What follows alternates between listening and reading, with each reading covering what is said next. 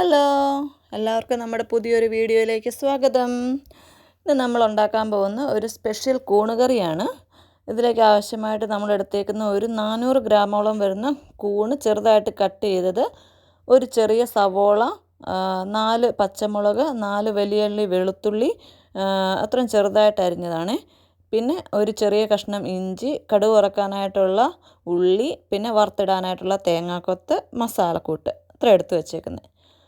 ഒരു പാത്രം അടുപ്പത്തേക്ക് വെച്ചിട്ട് നമുക്ക് ആദ്യം ആ തേങ്ങാക്കൊത്ത് വറുത്തെടുക്കാം. ഒരു ഗോൾഡൻ ബ്രൗൺ കളറിലേക്ക് അത് വറുത്തെടുക്കണേ. തേങ്ങ വറുത്തുകൊണ്ടിരിക്കുമ്പോൾ അമ്മൂസ് ഇവിടെ വന്ന് നോക്കി നിൽപ്പുണ്ട്. അപ്പോൾ ആ തേങ്ങ നമുക്കൊരു പാത്രത്തിലേക്ക് വറുത്ത് മാറ്റി വെക്കാം. ഒപ്പം തന്നെ അതേ എണ്ണയിലേക്ക് തന്നെ നമുക്ക് ഇഞ്ചിയും വെളുത്തുള്ളിയും കൂടി ഒന്ന് വഴറ്റിയെടുക്കാം.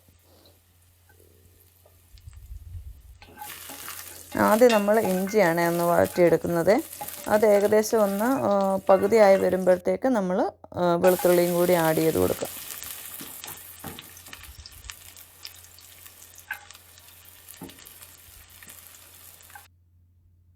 ഇത്രയും ചെറുതായിട്ട് അരിയണമെന്നില്ല കേട്ടോ, അത് നമുക്ക് അരച്ചെടുക്കാൻ വേണ്ടിയുള്ളതല്ലേ. ഞാനങ്ങനെ അരിഞ്ഞു എന്നുള്ളതേ ഉള്ളൂ. പിന്നെ അതിലേക്ക് നമുക്ക് ആവശ്യമായിട്ടുള്ള മസാല ഞാൻ എടുത്തേക്കുന്നത് 1 ടീസ്പൂണ് കുരുമുളക്, 1 ടീസ്പൂണ് പെരിഞ്ജീരകം, ഒപ്പം 2 ചെറിയ കഷ്ണം പട്ട. ഇത്രയാണ് ഞാൻ എടുത്തേക്കുന്നത്. അതും കൂടെ നമുക്ക് വറുത്തെടുക്കാം.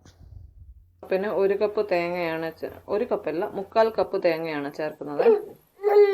ഇത് നമ്മൾ വറുത്തെടുക്കും.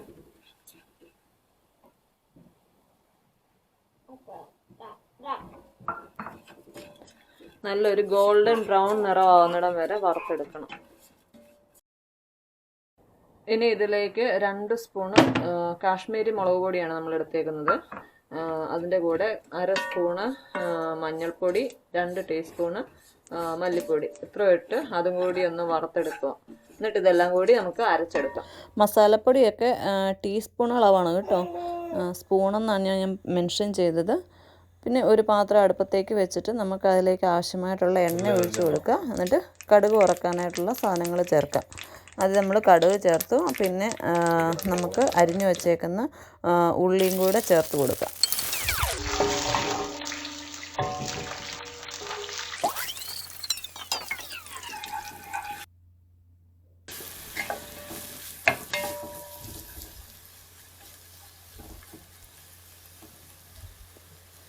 അത് ഏകദേശം ഒന്ന് വഴന്ന് വരുമ്പോഴത്തേക്കും നമുക്ക് കറിവേപ്പിലയും കൂടെ ചേർക്കാം. ചേർത്തിട്ട് ബാക്കി നമ്മൾ അരിഞ്ഞു വെച്ചേക്കുന്ന സവോളയും പച്ചമുളകും അതും കൂടെ ചേർത്ത് വഴറ്റിയെടുക്കാം.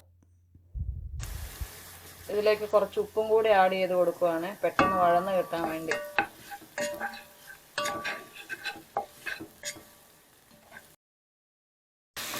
ഇപ്പോൾ സവോള ഏകദേശം വഴന്ന് വന്നു കഴിഞ്ഞപ്പോഴത്തേക്കും നമ്മൾ 1 തക്കാളി ചെറുതായിട്ട് അരിഞ്ഞതും കൂടി ഇതിനകത്തേക്ക് ആഡ് ചെയ്ത് വഴറ്റിയെടുക്കുവാണേ.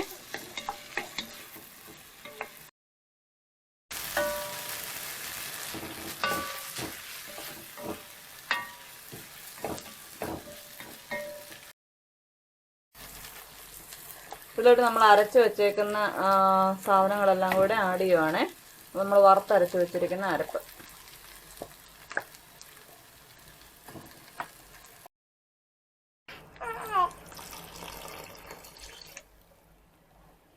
ഇതിലേക്ക് നമ്മൾ ഒരു 1/2 കപ്പ് വെള്ളവും കൂടെ ഒഴിച്ച് ഇളക്കണം.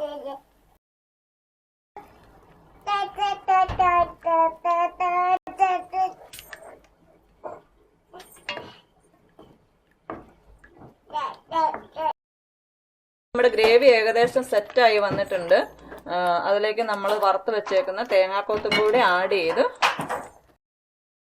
മസാലയുടെ എണ്ണയൊക്കെ നന്നായിട്ട് തെളിഞ്ഞു വന്നിട്ടുണ്ട്. അതിലേക്ക് നമ്മൾ കട്ട് ചെയ്ത് വെച്ചേക്കുന്ന കൂൺ ആഡ് ചെയ്യാം. കൂണിൻ്റെ അകത്തുനിന്ന് നല്ലോണം വെള്ളം ഇറങ്ങുമല്ലോ, അതുകൊണ്ട് അധികം വെള്ളം നമ്മൾ ആഡ് ചെയ്യുന്നില്ല. ആ മസാലയിലുള്ള വെള്ളം മാത്രമേ ആഡ് ചെയ്യുന്നുള്ളൂ. പിന്നെ നോക്കിയിട്ട് ആവശ്യമുണ്ടെന്ന വരിയിൽ നമുക്ക് വെള്ളം ചേർത്ത് കൊടുക്കാം. അതുപോലെ തന്നെ ഉപ്പും ആവശ്യത്തിന് ആഡ് ചെയ്യുക. നമ്മൾ എല്ലാം കൂടി ഇളക്കി സെറ്റ് ചെയ്തിട്ടുണ്ട്. ഇനി നമുക്കിത് അടച്ചു വെച്ച് വേവിക്കാം.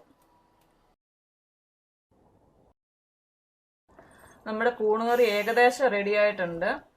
ഒരു ശകലം കൂടി വേകാനുണ്ട്. നമ്മൾ ഉപ്പ് ശകലം കുറവുണ്ടായിരുന്നു, അതും കൂടി ആഡ് ചെയ്തിട്ടുണ്ട്. നമുക്ക് അടച്ചു വെച്ച് ബാക്കിയും കൂടെ ഒന്ന് വേവിച്ചെടുക്കാം.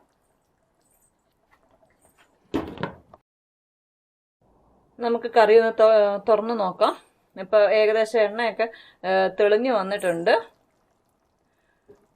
അടിപൊളിയായിട്ടുണ്ട്, നല്ല ഗ്രേവി ആയിട്ടുണ്ട്, എണ്ണയൊക്കെ തെളിഞ്ഞ്. അതിന്റെ അർത്ഥം തന്നെ കറി പാകമായി എന്നുള്ളതാണ്.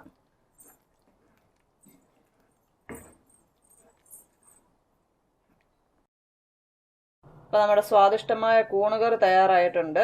എല്ലാവരും ട്രൈ ചെയ്യുക, അഭിപ്രായം അറിയിക്കുക. Thank you.